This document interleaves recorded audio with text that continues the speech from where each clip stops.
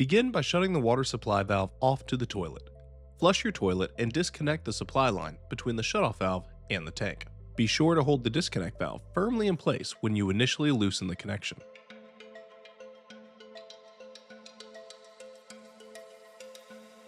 Now remove the nut holding the fill valve into the toilet tank. Have a bucket ready to catch the excess water that will come out from this location.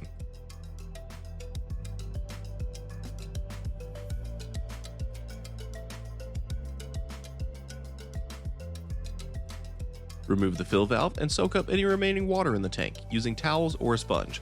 This will help to keep the rest of the job clean as you go.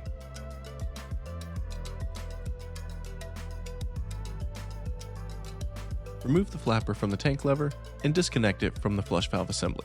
The flapper can now be safely disposed of. Disconnect the tank lever by removing the nut on the inside of the tank. These nuts are reverse threaded, so you'll need to rotate it clockwise to remove. Now remove the nuts holding the tank bolts to the bolt.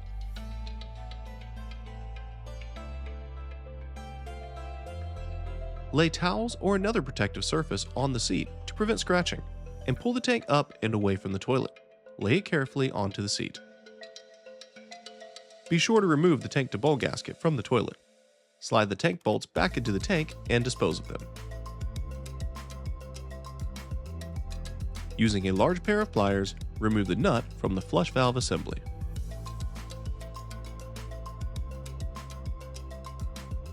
Take a few minutes to clean the surface of the bowl where the new gasket will be located.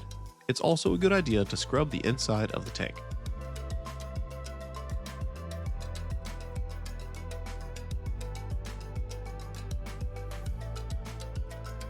Measure the distance from the bottom of the inside of the tank to the tank lever opening.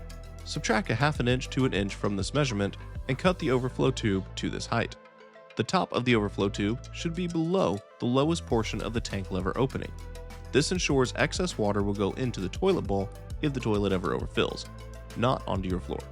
Apply a pipe dope compound to the flush tower gasket and insert the flush valve through the opening at the bottom of the tank. Ensure the front of the flapper is facing forward or angled slightly away from the tank lever. Tighten the flush tower using pliers until snug. Do not over-tighten this connection. Apply the same pipe dope compound to the underside of the rubber washers on the new tank bolts and slide the bolts through their respective openings. If your kit includes the additional hardware, slide a rubber and metallic washer onto the bolts after they come through the tank openings.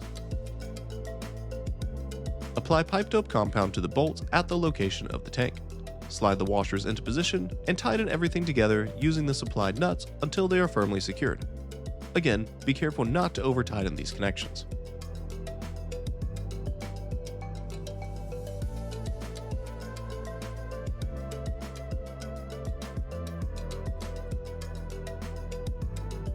Install the new tank to bowl gasket onto the flush tower assembly, making sure it is firmly seated against the underside of the tank. Carefully place the tank back onto the toilet bowl, guiding the new tank bolts through the openings on the bowl. Secure the tank to the bowl by installing a metal washer and nut to each bolt. Tighten these bolts in an alternating pattern, taking care not to over-tighten these connections. Once this step is completed, your tank should be securely mounted to the bowl. Next comes the new fill valve. Insert it through the remaining opening on the bottom of the tank and secure it using the supplied nut.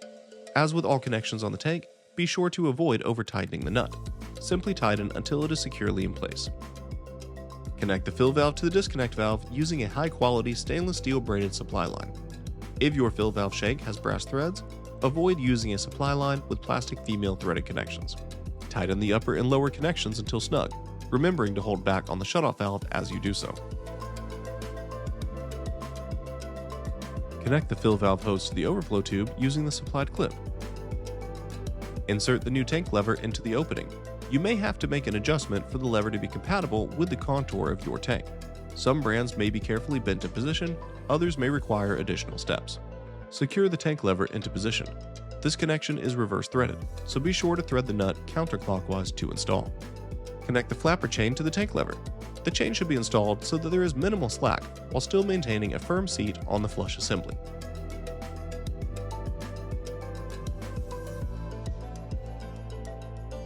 Trim and dispose of the excess chain so that it does not get hung up and cause problems.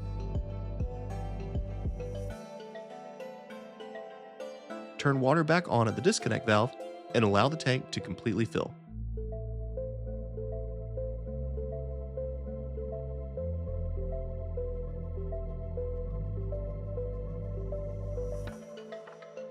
Flush the toilet and check to ensure it is operating at optimal performance levels. For traditional flapper systems, it's best if the flapper fully reseats as the final flush occurs or moments after.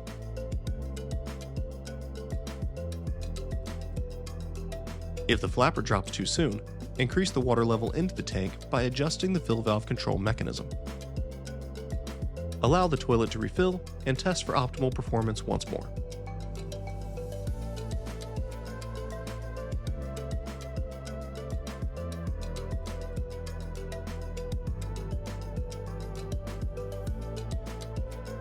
Once you are satisfied with the power of the flush, check over the connections for any leaks.